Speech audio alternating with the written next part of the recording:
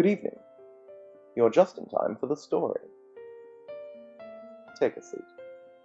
Tonight's story is a cautionary tale.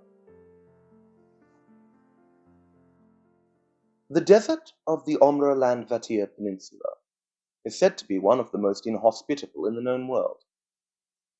The sands are fine and sharp, and like the teeth of its namesake, cut deeply when angered. The sandstorms of the Ormr Landvaettir were said to rend the flesh from bone, and leave nothing for scavengers. High above in the mountains he worked, slowly and carefully, blowing fire through the limestone in the pursuit of glass.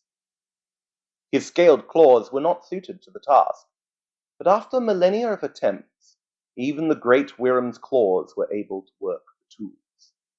The task consumed every fibre of his being, every moment of his waking day.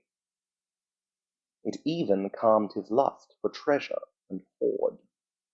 Nothing but his work mattered to him now. He remembered his youth eons ago, when as a young dragon he tore through the world, setting ablaze the younger races in their homes in the trees. He delighted in using his magic to destroy all that was green, until he angered Theorus, god of magic and nature, and the deity withdrew the dragon's magic, leaving only his fire breath. Ormr immediately repented. He felt naked without his magic, barely more than an animal. He begged Theorus for forgiveness, to which the god replied, "Bring me a sphere, a perfect one, hollow inside, made of the finest glass, with walls no thicker than the bubbles of ocean foam. Not the least imperfection will I tolerate. Carry it in your naked claw to me, and I will restore your magic." He remembered scouring the world for such a bauble, only to despair that it did not exist. The younger races simply did not live long enough to perfect the art of glass-blowing to such a fine degree. So Ormr found a limestone mountain range on a distant peninsula and began his work. His clumsy claws were not suited for the task, and he had no teacher to instruct him. Over time, though, with his limitless fire breath, he was able to learn the art of glass blowing, casting the shattered mistakes from the mountain. Over the centuries, the results of his labor were refined.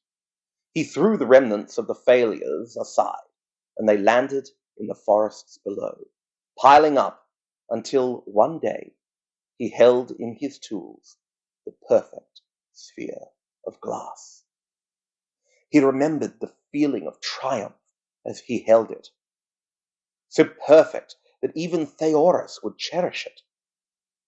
But when he picked up the fragile glass, it crumbled without resistance between his immense claws. A tear ran down the ancient Wirrum's face as he remembered the anguish of that day a millennia ago. Casting the glass off the mountain in a fury like all the others, often hundreds per day. Many days like it had followed since.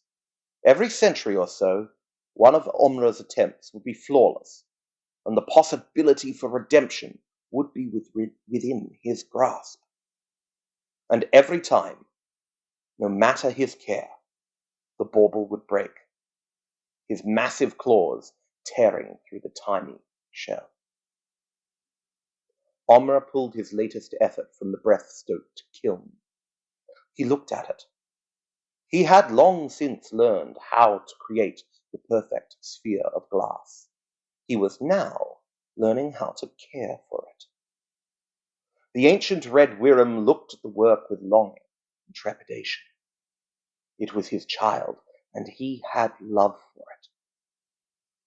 He tenderly picked up the sphere with the most care that he could manage, the giant and sharp claws making the slightest of movements to grasp the priceless piece of glass without crushing it.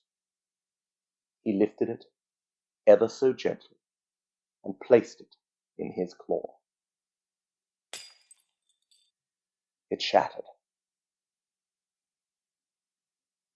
Without reaction, Ormr cast it from the mountain, and the pieces joined the other millions of attempts surrounding his mountain range. He did not yell. He made no curses. He simply moved to the next attempt. Millennia of failures had numbed him to the pain, and his spirit lay shattered amongst the fragments of his efforts that made the desert sands below. The sandstorms of the Landvaettir Peninsula were legendary. They were said to rend the flesh from the bone. What else could be expected from the broken spirit of a dragon in a desert made of glass? And that's the end of the story. Good night.